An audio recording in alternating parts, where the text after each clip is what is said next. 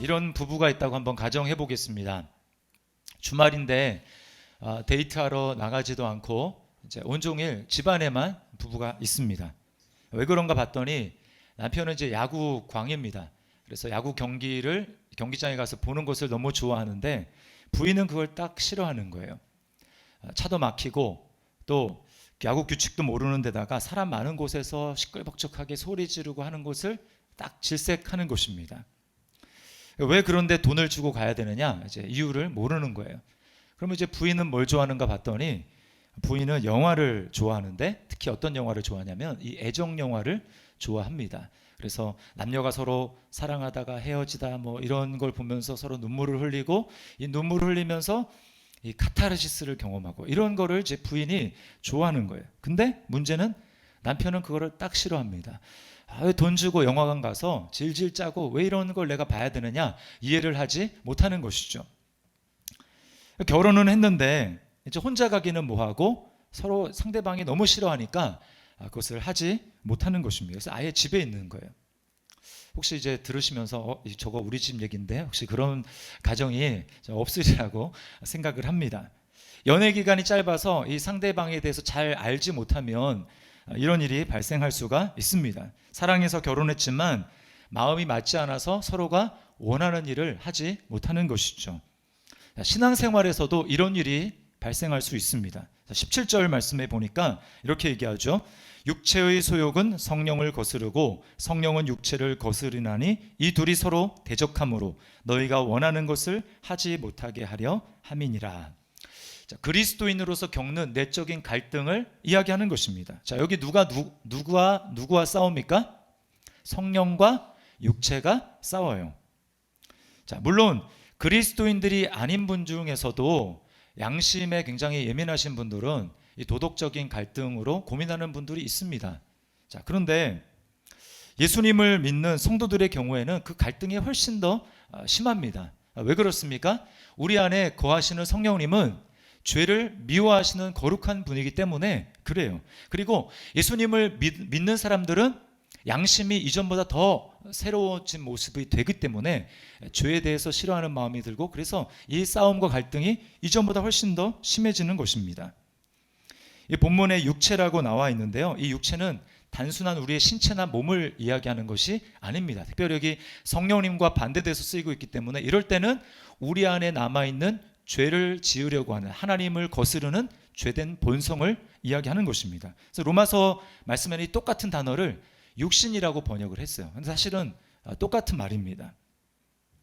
성령과 육체가 싸워서 우리가 원하는 것을 하지 못하게 한다고 합니다. 그런데 여러분 이런 삶은 하나님이 우리에게 원하시는 삶이 절대로 아닙니다.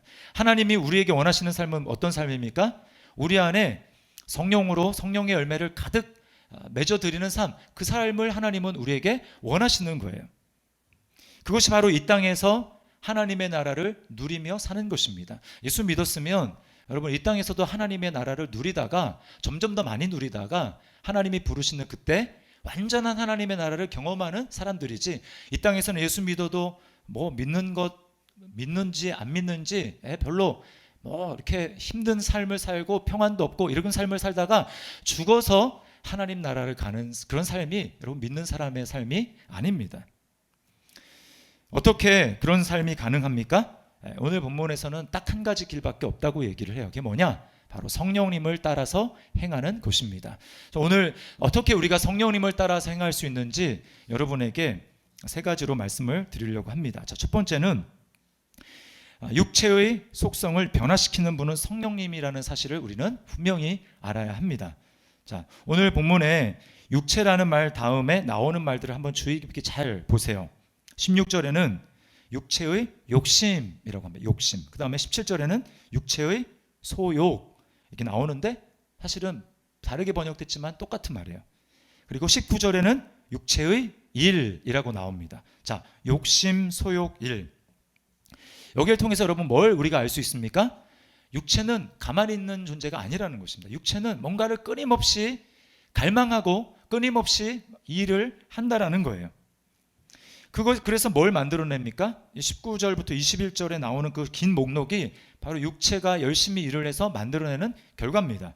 반면에 22절과 23절에 보면 성령님이 계시면 어떤 일이 생기는지를 성령의 열매라고 이야기를 합니다.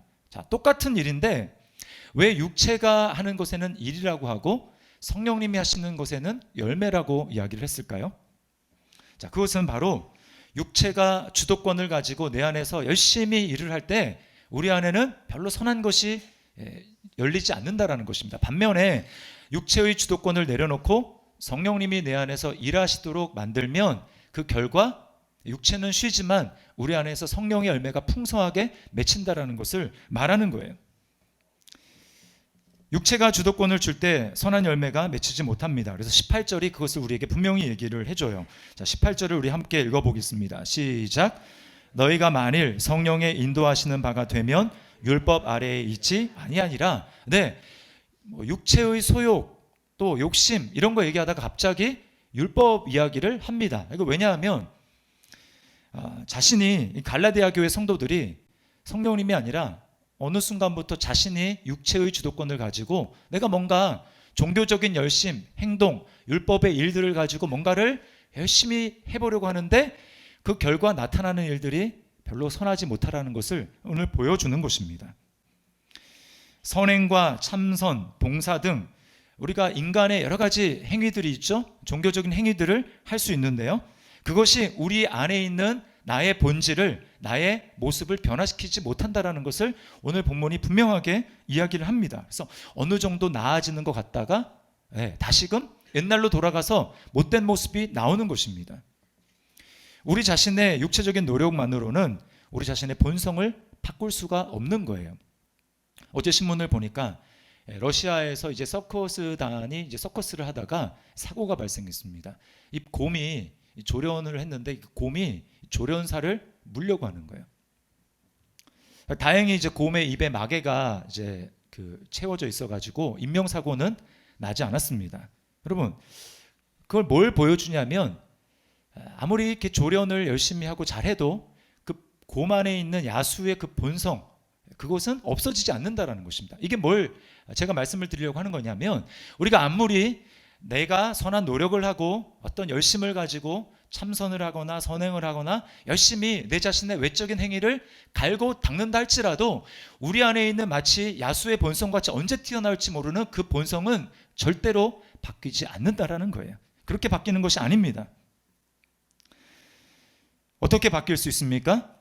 우리 안에 있는 성령님의 역사로 하나님의 은혜를 우리가 경험하기 시작할 때 비로소 우리 안에 있는 본성은 변화되기 시작한다라는 거예요. 자, 그러면 오늘 본문에서 육체의 욕심이 만들어내는 결과와 일이 뭐라고 이야기합니까? 19절부터 21절까지 나오는데 자, 이것을 다 세세하게 살피진 않고 네 가지 그룹으로 비슷한 그룹끼리 묶어서 좀 말씀을 드리겠습니다. 자, 먼저는 성적인 죄입니다. 성적인 죄. 19절을 보세요. 같이 한번 읽어볼까요? 시작. 육체의 일은 분명하니 곧 음행과 더러운 것과 호색과. 자, 음행, 더러운 것, 호색. 자, 이 세 가지는 뭉뚱그려서 다 성적인 죄인데요. 자, 성경에서 성적인 죄라고 얘기할 때는 결혼 관계 안에서 배우자 외에 맺는 모든 성적인 관계, 변태적인 성행위, 이 모든 것이 다 여기 성적인 죄에 들어가는 것입니다. 자, 두 번째는 영적인 죄입니다. 20절 앞부분에 나오는데요. 두 가지 뭡니까? 우상 숭배와 주술입니다. 우상 숭배와 주술. 자, 우상 숭배 뭐죠? 하나님 외에 다른 것을 절대 최고의 가치로 내가 놓고 그것을 유형이든 무형이든 내 마음을 다해서 추구하고 예배하고 섬기는 것, 그것이 바로 우상 숭배입니다. 포괄적인 거예요. 반면에 여기 주술이라고 하는 것은 보다 직접적으로 이 귀신의 행위에 내가 가담하는 것입니다. 뭐 점을 보거나 아니면 접신 행위를 하거나 또는 어떤 사악한 의식 같은 것에 내가 참여하는 것입니다. 이게 주술이에요. 자, 세 번째 부류는 관계를 파괴하는 죄입니다. 자, 이렇게 얘기하죠. 원수 맺는 것과 분쟁과 시기와 분냄과 당짓는 것과 분열함과 이단과 투기와. 자, 이게 분량이 제일 많습니다. 자, 여기서 알 수 있는 게 무엇입니까? 사단은 우리의 육체를 통해서 어떤 일을 주로 하느냐 하면 관계를 깨뜨리는 일을 주로 한다라는 것입니다. 교회 안에서도 그렇고요. 가정도 마찬가지입니다. 오늘날 이 얼마나 참 심각한지 몰라요. 교회도 그렇고 가정도 그렇고 정말 깨어지고 파탄의 지경에 놓여 있습니다.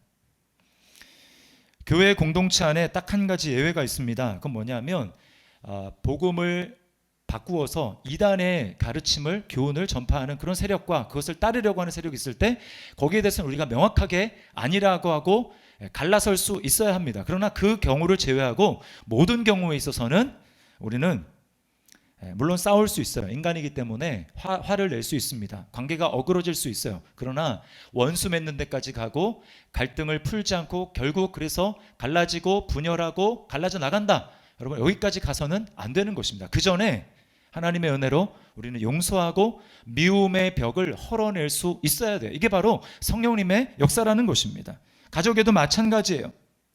네, 우리는 용서하고 갈등을 풀어내야 하는 것입니다. 다시 하나가 되어야 하는 것입니다.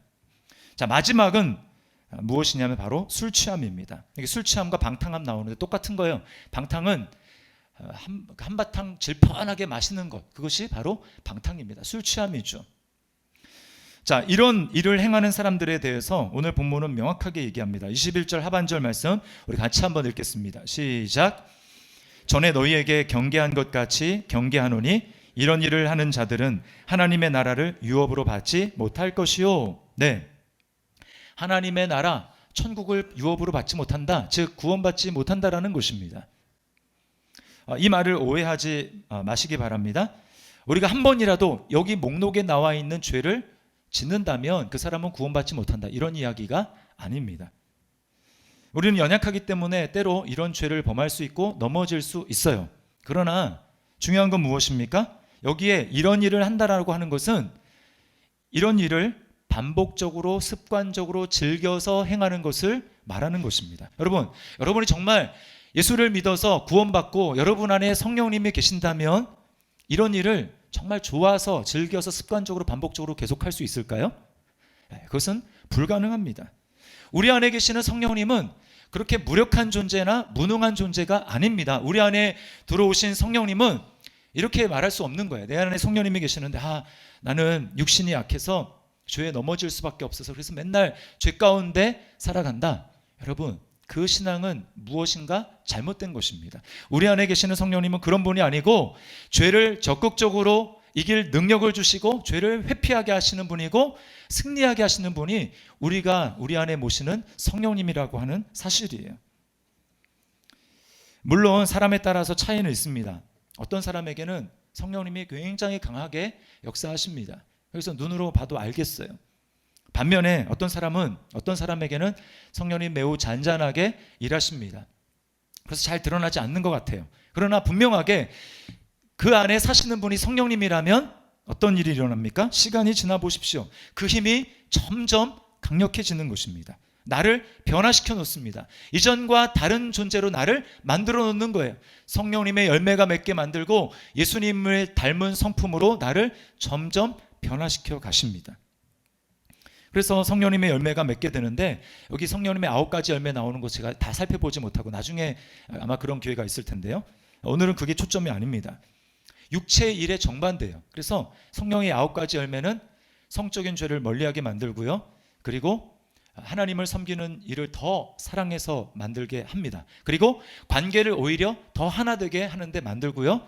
술 취함으로 방탕한 데 빠지는 것이 아니라 나를 절제해서 하나님의 뜻을 행하도록 만들다라는 거예요. 그래서 22절과 23절에 성령의 열매를 쭉 나열한 다음에 끝에 뭐라고 얘기합니까? 이 같은 것을 금지할 법이 없느니라. 무슨 뜻입니까? 아무리 누군가 그것을 막 틀어 막으려고 노력해도 우리 안에 정말 성령님이 계신다면 반드시 그 열매가 드러나게 되어 있다. 열매가 맺을 수 없을 수 없다라고 하는 것을 우리에게 말해주는 것입니다. 등산을 하다 보면 이제 가을철이니까 많이 등산을 하지 않습니까? 산중에서 암석이 굉장히 암반으로만 이루어진 그런 이렇게 산 봉우리 그런 게 있어요. 근데 그 중에서 보면 흙이 없는데도 눈에 보기 흙이 없는데도 거기에 분명히 나무가 푸르게 이렇게 서 있는 것을 보게 됩니다. 그러면 궁금하죠. 아니 저렇게 흙이 없는 안반으로 된데 어떻게 나무가 뿌리를 내리고 자랄 수가 있지? 참 신기합니다. 여러분, 나무에 있는 그 뿌리가 얼마나 강한 생명력을 가지고 있냐면 바위가 있다 할지라도 그게 뻗어서 반드시 흙을 찾고 그 바위 속을 파고들어서 그 생명력을 발휘한다라는 것입니다. 여러분, 한날에 한날 이 미물이라 할지라도 식물이라 할지라도 그렇게 강한 생명력을 가지고 있다면 우리 안에 살아계시는 성령님은 얼마나 더 강력하게 우리 안에 일하실까요? 우리를 반드시 이전과 다른 모습으로 변화시켜 놓는 능력이 바로 성령님에게 있는 것입니다. 이거를 믿어야 하는 거예요. 증거가 뭐냐? 앞에 있는 그 강영근 목사가 증거입니다. 여러분, 우리 안에 얼마나 내가 상처 많은 집에서 부모로부터 상처를 받고 내가 자존감이 낮고 열등감이 있고 또 뭐 이런저런 좋지 못한 성격이 내 안에 있다 할지라도 여러분, 우리 안에 성령님이 계시고 그 성령님이 우리 안에 운행하시면서 점점 나를 바꾸어 가시면 보십시오. 여러분, 제가 얼마나 자존감도 낮고 또 사람 앞에서 나서는 거를 굉장히 힘들어하고 그런 사람인 줄 아십니까? 그런데 여러분 앞에서 지금 이렇게 말씀을 전하잖아요. 이건 기적입니다. 그렇게 안 보이시죠? 성령님이 이렇게 바꿔 놓는 거예요. 자, 두 번째로 우리가 성령님을 따라 행하기 위해서 알아야 될 사실은 그리스도인은 육체의 정욕을 못 박은 존재라는 것을 기억해야 합니다. 자, 24절 말씀을 우리 함께 읽어보겠습니다. 시작. 그리스도 예수의 사람들은 육체와 함께 그 정욕과 탐심을 십자가에 못 박았느니라. 네, 육체가 십자가에 못 박혔기 때문에 우리는 원하는 것이 이전과 달라졌음을 기억해야 됩니다. 여러분, 우리 안에 여전히 싸움이 있어요. 싸움이 있지만 꼭 기억해야 될 사실은 뭐냐면 나는 그럼에도 불구하고 내 육체대로 행하는 것을 원하지 않고 하나님의 뜻을 행하기를 내가 원한다라는 것입니다. 이건 제가 여러분에게 지금 여러분이 얼마나 잘 믿음으로 살고 계십니까?를 묻는 게 아니고 여러분의 그렇게 잘 살지 못한다 할지라도 여러분 마음의 깊은 곳에 뭐를 정말 원하십니까? 라고 하는 거예요. 육체의 욕망을 이루기를 원하는지 아니면 하나님의 뜻을 이루기를 원하는지 그것을 묻고 있는 것입니다. 여러분 안에 정말 여러분이 구원받은 성도들이 맞다면 여러분은 마음속 깊은 곳에 내가 하나님의 뜻을 이루기를 원합니다 라고 하는 마음이 있다라는 거예요. 로마서 7장 22절에 바울 사도가 이렇게 이야기를 합니다. 내 속사람으로는 하나님의 법을 즐거워하되. 바울이라고 맨날 이기는 게 아니었어요. 자주 이렇게 고백합니다. 로마서 7장에 보면 내가 속으로는 하나님의 법을 기뻐하지만 그러나 내가 원하는 것을 행치 않고 원하지 않는 악을 행한다. 그러면서 뭐라고 얘기합니까? 나는 그래도 속으로는 하나님의 법을 기뻐한다라고 이야기를 하고 있는 거예요. 여러분, 그러므로 여러분 우리가 헷갈리면 안 됩니다. 내가 자주 죄에 넘어진다 할지라도 우리는 자신의 정체성을 분명히 해야 되는 거예요. 나는 내 속으로 하나님의 법을 기뻐한다, 하나님의 뜻을 행하고자 한다 라고 하는 것이 여러분의 정체성이라는 것을 기억해야 되는 것입니다. 우리는 우리 육체의 정욕과 탐심을 십자가에 못 박은 사람들이에요. 이것을 다른 말로 육체의 욕심과 탐심, 이걸 다른 말로 옛사람이라고 이야기를 합니다. 우리의 옛사람을 십자가에 못 박은 존재예요. 이 가운데 예수님을 믿으면서도 목사님 저는 그런 적이 없는데요, 제가 왜 못 박혔습니까? 이렇게 말씀하는 분이 계실지 몰라요. 그러나 여러분이 예수님을 정말 믿는다면 이 일이 객관적으로 여러분에게 일어났다라는 사실입니다. 우리는 스스로 자신이 십자가에 못 박을 수 없습니다. 자신의 옛사람을 못 박을 수 없어요. 왜 그렇습니까? 나를 너무나 사랑해요. 내가 나를 너무나 사랑하기 때문에 스스로 자신을 죽이는 일을 우리가 할 수가 없습니다. 죽을 수가 없는 거예요. 아담이 하나님께 등을 돌리고 자기 멋대로 살기로 결정을 한 뒤에 여러분 얼마나 많은 시간이 지났습니까? 세대가 얼마나 많이 바뀌었습니까? 그러면서 점점 강화되어 온 것이 있는데 그게 뭐냐면 바로 자신을 사랑하는 마음입니다. 이 자신을 사랑하는 마음이 얼마나 강하고 견고한지 우리는 자신이 악하기 때문에 그 악함에서 벗어날 수 있는, 구원받을 수 있는 유일한 길은 나 자신을 거기서 돌이켜서 자신을 십자가에 옛사람을 못 박는 것인데, 그럼에도 불구하고 우리 안에 있는 문제는 뭐냐면 내가 너무나 악하기 때문에 돌이키는 것만이 사는 길인데 너무나 악하기 때문에 돌이키기를 원치 않는다라는 사실입니다. 이게 우리 안에 있는 갈등이에요. 하나님의 도움이 필요한 것입니다. 그래서 하나님께서 저와 여러분을 돕기 위해서 하신 방법이 무엇입니까? 하나님이 사람이 되신 거예요. 하나님이 사람이 되셔서 이 땅 가운데 오셔서 우리가 저지른 악행과 그 죄를 자신이 지으신 것처럼 다 온몸에 짊어지시고 십자가 위에서 저와 여러분을 위해서 죽으신 것입니다. 그리고 이렇게 말씀을 하세요. 스스로 돌이키고 자신에 대해 죽지 못하는 너를 위해 내가 대신 죽었다. 여러분, 이것이 바로 복음인 것입니다. 복음이 여러분에게 개인적으로 들려지게 될 때 여러분에게 일어나는 반응이 있어요. 그건 무엇이냐면 이렇게 말하는 것입니다.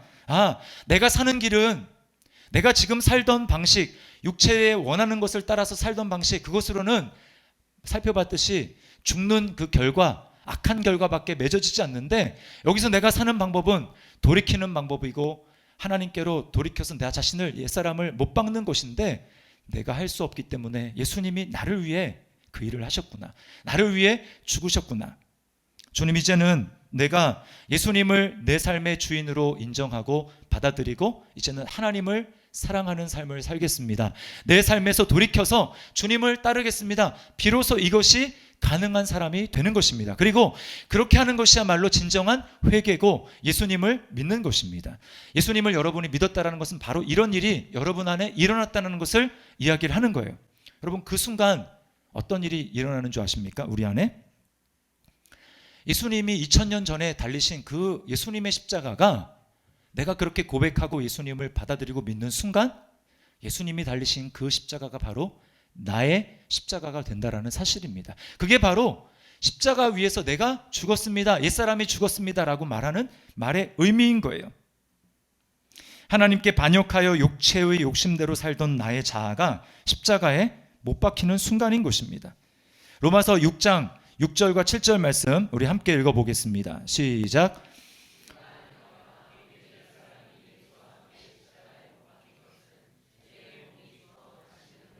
죄에게 종노릇하지 아니하려 하매니 이는 죽은 자가 죄에서 벗어나 의롭다 하심을 얻었음이라. 아멘. 예수님과 함께 십자가에 못 박혔다. 이것을 신학적인 용어로 그리스도와의 신비한 연합이라고 합니다. 예수님과 연합된 거예요. 예수님이 죽었지만, 예수님의 십자가지만 연합되었기 때문에 그게 바로 내가 죽은 나의 십자가가 되는 것입니다. 그것이 나의 죽음이 되기 때문에 예수님의 부활도 나의 부활이 되는 것이고, 예수님의 승천이 나의 승천이 되는 것이며, 예수님의 누리는 그 영광이 나의 영광이 되는 것입니다. 믿는다라는 게 바로 이런 일이라는 거예요. 그러므로 여러분, 예수님을 믿는 저와 여러분의 자아는 지금 어디에 있을까요? 예수님과 함께 하늘에 있습니다. 에베소서 2장 6절 말씀 잘 보세요. 이렇게 말씀합니다. 또 함께 일으키사 그리스도 예수 안에서 함께 하늘에 앉히시니. 우리가 그것을 감각할 수는 없지만 여러분, 우리는 성경이 우리에게 대해서 분명하게 말씀하시는 바는 뭐냐? 너희가 지금 이 땅에서 고통과 괴로움과 어려운 일, 힘든 일, 아무리 처절한 아픔이 있다 할지라도 너희의 그 생명은 예수 그리스도와 함께 하늘에 감추어졌고 하늘에 앉힌 바 되었다. 그러면 그것을 바라봐라 라고 하나님께서 우리에게 말씀하신다라는 것입니다. 이게 우리의 신분이에요. 우리의 신분과 정체성에 걸맞는 삶의 모습은 무엇일까요? 세 번째입니다. 제가 두 가지로 말씀을 드리는데, 첫 번째는 날마다 옛사람을 십자가에 못 박는 것입니다. 아니, 앞에서 이미 십자가에 못 박았다면서요. 근데 왜 또 못 박으라고 말씀하십니까? 이게 좀 헷갈리실 분이 있을지 모르겠습니다. 여러분, 이게 바로 예수님과 우리의 차이입니다. 자, 예수님 한번 보세요. 예수님이 십자가에 못 박히신 지 6시간 만에 예수님은 죽으셨어요. 그리고 3일 동안 계시다가 부활하셨습니다. 예수님이 부활하실 때는 부활의 몸, 영광의 몸을 예수님은 가지셨어요. 자, 근데 우리에게 한번 적용을 해보십시오. 우리가 예수님을 믿었을 때 우리 옛사람이 십자가에 못 박혀서 죽었습니다. 자, 근데 우리 몸이 부활했습니까? 예, 여기 부활하셨다고 하면 곤란합니다. 예, 우리 몸이 부활하지 않았어요. 이전과 똑같은 몸입니다. 여기서 이제 문제가 생기는 거예요. 분명히 예수님과 함께 십자가에 내가 믿고 십자가에 못 박힌 거, 내 옛사람이 죽은 건 맞는데 우리의 몸은 예수님처럼 부활하지 못했다라는 것입니다. 여기에 문제가 있는 거예요. 그러니까 사고로 이제 손이나 발에 한 마디가 절단된 사고를 당한 분들의 이야기를 제가 들어봤는데, 그분들이 하는 얘기가 뭐냐면 절단이 됐지만 한동안은 마치 그 지체가 몸에 붙어 있는 것과 똑같은 느낌을 갖는다라는 것입니다. 왜냐하면 신경이 아직 살아있기 때문에 몇 마디가 없어져도 실제로는 또 다 있는 것처럼 그 공간이 느껴진다라는 거예요. 있는 것처럼 느껴진다라는 것입니다. 똑같은 거예요. 우리가 예수님과 함께 십자가에 못 박혔지만 마치 나는 죽었다고 하는데 그래도 여전히 신경이 살아있어서 살아있는 것처럼, 거기 붙어있는 것처럼 느껴지는 것과 똑같이 우리가 옛사람이 십자가에 못 박혔다고 해도 내 모습이 살아있는 것처럼 느껴진다라는 것입니다. 그래서 제가 이런 비유를 들어볼게요. 우리가 달린 십자가는 어떤 십자가냐? 자, 예수님을 믿을 때 우리가 십자가에 딱 못 박혔습니다. 근데 정말 생명이 너무 질겨가지고 안 죽는 거예요. 그래서 서서히 죽어가는데 그 죽어가는 시간이 얼마 동안이냐? 우리 살아있는 동안 서서히 죽어가는 것입니다. 그래서 제가 만약에 90세까지 산다 그럼 한 40몇 년은 더 이렇게 죽어야 되는 거예요. 서서히 진짜 끈질기게 안 죽는 것입니다. 그러니까 여러분, 나를 십자가에 못 박이라는 얘기는 무슨 뜻이냐면, 내가 예수님을 믿을 때 옛사람이 십자가에 못 박혔다라고 하면 달린 모습을 직시하면서 불쌍히 여기지도 말고 잘 박혔네 라고 하면서 자신에 대해서 연민하지도 말고 박혀있는 자신을 보면서 그래 거기에 계속 있다가 정말 완전히 죽어라 라고 엄밀하게 이야기하는 것입니다. 이게 죽어가는 과정이라는 거예요. 그러니까 여러분, 만약에 여러분에게 누군가가 뭐 아내가 또는 가까운 사람이 화를 돋우고 염장을 지릅니다. 그러면 어떻게 합니까? 이렇게 하면 곤란해요. 뭐라고? 이 사람이 진짜 보자니까 누굴 보자기로 하나 하면서 여러분, 그 사람에 대해서 내 화가 다 풀릴 때까지 막 해대는 거, 여러분 그것은 십자가에 못 박혀 있는 사람의 모습이 아닙니다. 그건 어떤 사람이냐면, 못 박혔는데 주님 잠시만요, 도저히 못 참겠습니다, 뽑고 내려와서 피 철철 흘리는 상태에서, 여러분 그거야말로 진짜 공포 영화입니다. 못 봐주는 거예요. 너무 무서운 거예요. 어떻게 해야 됩니까? 그냥 십자가에 나는 못 박혔다, 내려가면 안 된다, 여기서 죽어야지 라고 하면서 자신을 죽은 그대로 내버려 두는 것입니다. 불쌍히 여기지도 말고 그냥 냅두는 거예요. 그러니까 일제시대에 악명 높은 그 깡패 김익두 아시죠? 그분이 예수님을 믿고 목사가 됐습니다. 목사가 돼서 이제 예수님 믿었으니까 얼마나 기쁜지 사람들에게 깡패로 살던 삶보다 얼마나 행복한 삶인지 복음을 증거하고 싶은데, 사람들은 그 사람이 뭐 예수를 믿었는지 모르잖아요. 갑자기 뭐 뒤에 후광이 생기는 것도 아니고. 그래가지고 복음을 전하려고, 전도하려고 접근을 하면 멀리서 보고 벌써 도망을 가는 것입니다. 이게 어떻게 접근할 수 있을까? 김익두란 사람 모르는 사람 아무도 없거든요. 그래서 이분이 기도하면서 아이디어를 생각해냈습니다. 그 아이디어가 뭐냐? 부고장을 돌리는 거예요. 깡패 김익두가 죽었다. 이게 사람들에게 복음이 됐습니다. 와, 김익두가 죽었대. 이제 우리가 살 수 있는, 편하게 살 수 있는 세상이 열렸나 보다. 근데 분명히 부고가 있는데 저기 멀리 김익두가 보이는 것입니다. 완전히 사람들이 소스라치게 놀라는 거예요. 아니 죽었다면서 뭐야. 그제서야 사람들이 진짜 죽은 게 아니고 저 사람이 예수 믿고 새 사람 됐다라는 걸 저렇게 표현했나 보다 알기 시작했어요. 그 중에 한 사람이 정말 저 사람이 새 사람이 됐는지, 김익두가 새 사람이 됐는지 확인하기 위해서 골목 모퉁이에서 숨어서 기다립니다. 김익두가 가까이 오는데 구정물 한 바가지를 얼굴에다 확 부었어요. 여러분이 김익두라면 어떻게 하시겠습니까? 뭐 싸움으로 하면 상대가 안 되죠. 화가 머리끝까지 났어요. 근데 순간 자기가 부고장을 돌렸다라는 게 생각이 났습니다. 나는 죽었지. 그래서 화를 가라앉히고 그 사람에게 이렇게 이야기를 했다고 합니다. 예수는 내가 믿고 복은 네가 받는다. 이게 무슨 뜻인지 아시겠죠? 나 예수 안 믿었으면 넌 죽었다. 그러니까 네가 지금 복 받은 줄 알아라. 여러분, 예수를 믿었다면 우리가 이렇게 믿어야 됩니다. 주변에서 저 사람 예수 믿었는데 진짜 저 사람이 예수 믿었기 때문에 내가 복을 확실히 받는 것 같아 라고 주변 사람이 느낄 수 있어야 되고, 우리가 자신 있게 이렇게 말할 수 있어야 되는 것입니다. 이게 바로 예수님을 믿는 사람의 모습이라는 거예요. 여러분, 옆에 있는 계신 분을 좀 보세요. 정말 예수 믿고 죽은 것 같은지. 우리 한번 옆에 있는 분에게 이렇게 이야기하도록 하겠습니다. 예전에 나는 죽었습니다. 이렇게 인사하겠습니다. 예전에 나는 죽었습니다. 안 죽은 것 같아도 믿음으로 죽었다고 선언하셔야 됩니다. 네, 우리 자신을 날마다 십자가에 못 박아야 돼요. 자, 두 번째, 우리의 신분에 걸맞는 모습은 뭐냐? 성령을 따라 행하는 것입니다. 자, 25절 말씀에 이렇게 이야기하죠. 같이 읽습니다. 시작. 만일 우리가 성령으로 살면 또한 성령으로 행할지니. 네, 여기 행한다라고 하는 말이 어떤 뜻이냐면 기준에 맞춘다라고 하는 뜻입니다. 기준에 맞춘다. 군대 갔다 오신 분들, 남자분들 다 아시겠지만 군대는 두 명 이상만 모이면 제각기 가서는 안 되고 반드시 줄을 맞춰야 됩니다. 군대 용어로 오와 열을 맞춰야 됩니다. 근데 그때는 반드시 기준이 있어요. 그래서 뭐 체조를 한다, 그냥 자기가 하고 싶은 대로 하는 게 아닙니다. 뭐 좌측 선두 누구 기준 이렇게 하면, 기준하면 그 사람 맞춰으로 쫙 이렇게 펼치는 것이죠. 그러면 누구에 맞추어서 줄을 맞추냐면 맨 앞에 있는 사람, 맨 왼쪽에 있는 그 사람을 맞추어서 내가 지금 줄이 삐뚤어졌는지 안 삐뚤어졌는지 그것을 맞추게 되어 있어요. 성령님을 따라 행한다라고 하는 것이 바로 성령님을 의식하면서 기준에 맞추어서 행동하는 것을 말하는 것입니다. 구약 이스라엘 백성들이 광야 생활을 할 때 그들이 주목해야 될 것이 있었는데, 그 뭐냐면 바로 구름 기둥과 불 기둥이었습니다.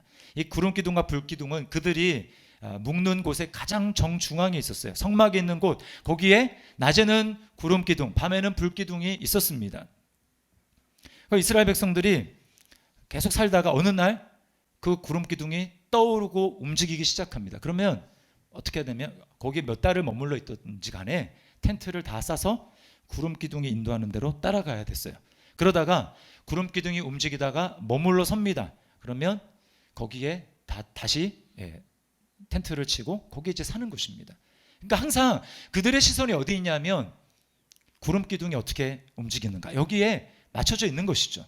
여러분, 이것이 바로 성령님을 따라 행하는 사람의 모습이라고 하는 것입니다. 우리는 자주 성령님이 우리 안에 계시는데 그 성령님을 의식하면서 귀를 기울여야 돼요. 찬양하면서 또 기도하면서, 또 여러분 지금 말씀을 듣고 계시는데 그냥 듣는 것이 아니라 내 안에 계신 성령님은 지금 뭐라고 말씀하시는지 의식하면서 듣는 것입니다. 그러면 반드시 여러분에게 성령님은 말씀하십니다. 세미한 음성으로 말씀하시고 감동하십니다. 성령님이 여러분에게 말씀하세요. 그리고 그 말씀에 우리는 감동에 순종하며 따라가는 것입니다. 미국의 해몬드 제일침례교회를 섬기셨던 잭 하일스 목사님이 계시는데, 이분이 어느 날 비행기를 타고 이제 한 곳에서 다음 곳으로 이동을 하게 되는데요. 그 옆에 좌석에 누가 앉았냐면 90세 가까이 된 이 할머니가 앉으신 거예요. 이 하일스 목사님은 평소처럼 그분에게 복음을, 예수님을 증거했고, 그 할머니가 예수님을 믿고 그리스도께로 인도함을 받았습니다. 이제 비행기가 착륙을 하고 목적지에 왔는데 그 할머니가 눈에 눈물이 그렁그렁 맺힌 채로 이렇게 이야기를 하는 거예요. 하나님이 당신을 그 제 옆좌석에 앉히셨습니다. 이렇게 이야기를 하는 것입니다. 성령님의 인도하심을 이 목사님이 받으신 것이죠. 그런 일들이 목사님의 삶 가운데 굉장히 많이 일어났습니다. 비결이 뭔가 보니까 이 잭 하일스 목사님은 하루에 7번씩 성령님께 자신의 삶을 양도하는 그 기도를 한다고 합니다. 아침에 눈을 뜨면 첫 번째로 기도하는 거예요. 그 다음에 아침 먹고 나서 직후에 바로 또 성령님께 양도하는 기도를 합니다. 그리고 아침과 점심 사이에 또 합니다. 그리고 점심 먹고 나서 바로 합니다. 그리고 점심과 저녁 사이에 또 한 번 합니다. 저녁 먹고 나서 바로 합니다. 그리고 밤에 잠자리에 들기 전에 한 번 하는 거예요. 이렇게 7번을 성령님을 의식하면서 내 안에 계신 성령님을 주목하면서 성령님, 저의 생각과 감정과 의지를 이 시간 성령님께 온전히 의탁합니다. 내 안에 오셔서 충만하게 나를 지배하시고 다스려 주시고 내가 성령님이 무엇을 하든지 성령님의 쓰심에 인도하심에 합당한 사람 되도록 나를 주관해 주십시오라고 이렇게 기도하신다라는 거예요. 여러분, 하루에 7번 이렇게 까먹지 않고 기도하는 것도 쉽지 않은 일이지만 이렇게 하나님 앞에 성령님 앞에 성령님을 의식하면서 맡기며 기도할 때 여러분, 우리가 성령 충만하지 않을 수 있겠습니까? 네, 성령으로 충만한 거예요. 제가 설교 준비하다가 그분의 이야기를 듣고 도전을 받았습니다. 나도 해봐야지. 그래서 이제 어제 저녁에 그 책을 읽었거든요. 그래서 저녁 먹은 다음에 저도 하고 그 다음에 저녁 먹고 난 다음에 설교 준비 어느 정도 마친 다음에 또 하고 잠자리 하고 저도 이제 그렇게 했어요. 그러니까 우리 제 안에 더 성령님이 친밀하게 느껴지고 성령님의 일하심이 느껴지더라는 것입니다. 여러분, 이거 다 도전해 봤으면 좋겠어요.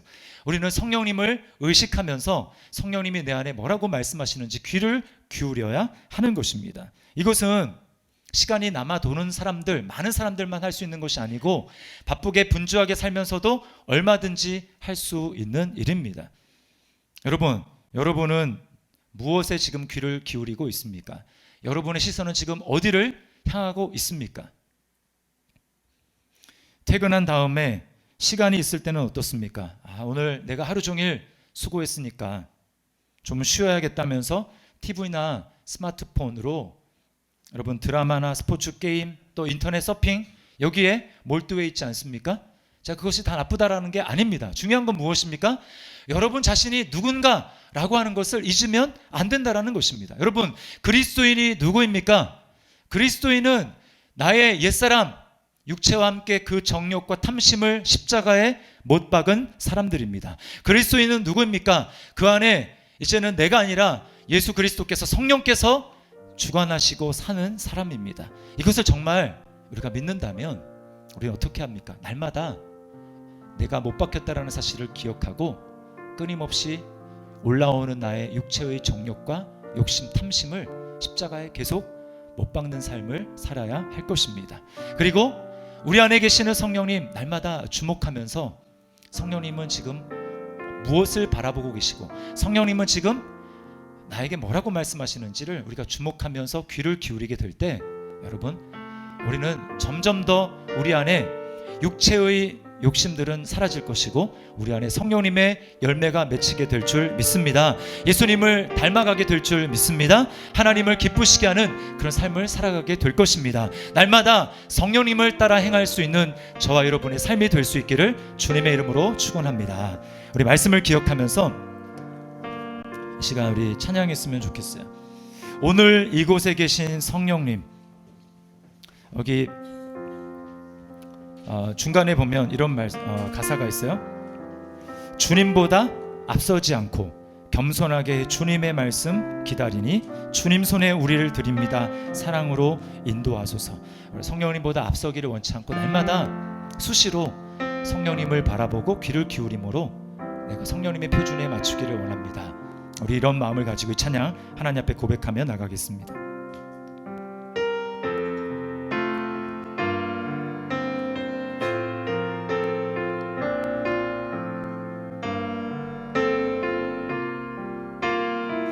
오늘 이곳에 계신 성령님, 오늘 이곳에 계신 성령님, 우리에게 말씀하시고 우리를 가르치소서. 다시 우리만 열어주시고 주의 빛으로 밝혀 우리를 인도하소서. 주님보다 앞서지 않고 겸손하게 주님의 말씀 기다리니 주님 손에 우리를 드립니다. 사랑으로 한번 고백하며 오늘 이곳에 계신 성령님, 오늘 이곳에 계신 성령님, 우리에게 말씀하시고 우리 안에 계신 성령님께 한번 여러분 귀를 기울이시기 바랍니다. 우리 맘 열어주시고 주의 빛으로 밝혀 우리 인도하소서. 주님보다 앞서지 않고 겸손하게 주님의 말씀 기다리니 주님 손에 우리를 드립니다. 사랑으로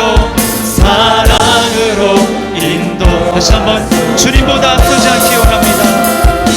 주님보다 앞서지 않고 겸손하게 주님의 말씀 기다리니 주님 손에 우리를 드립니다. 사랑으로 인도하소서. 하나님의 꿈이 나의 비전이 되고 하나님의 꿈이 나의 비전이 되고 예수님의 성품이 나의 인격이 되고 성령님의 권능이 나의 능력이 되길 원하고 바라고.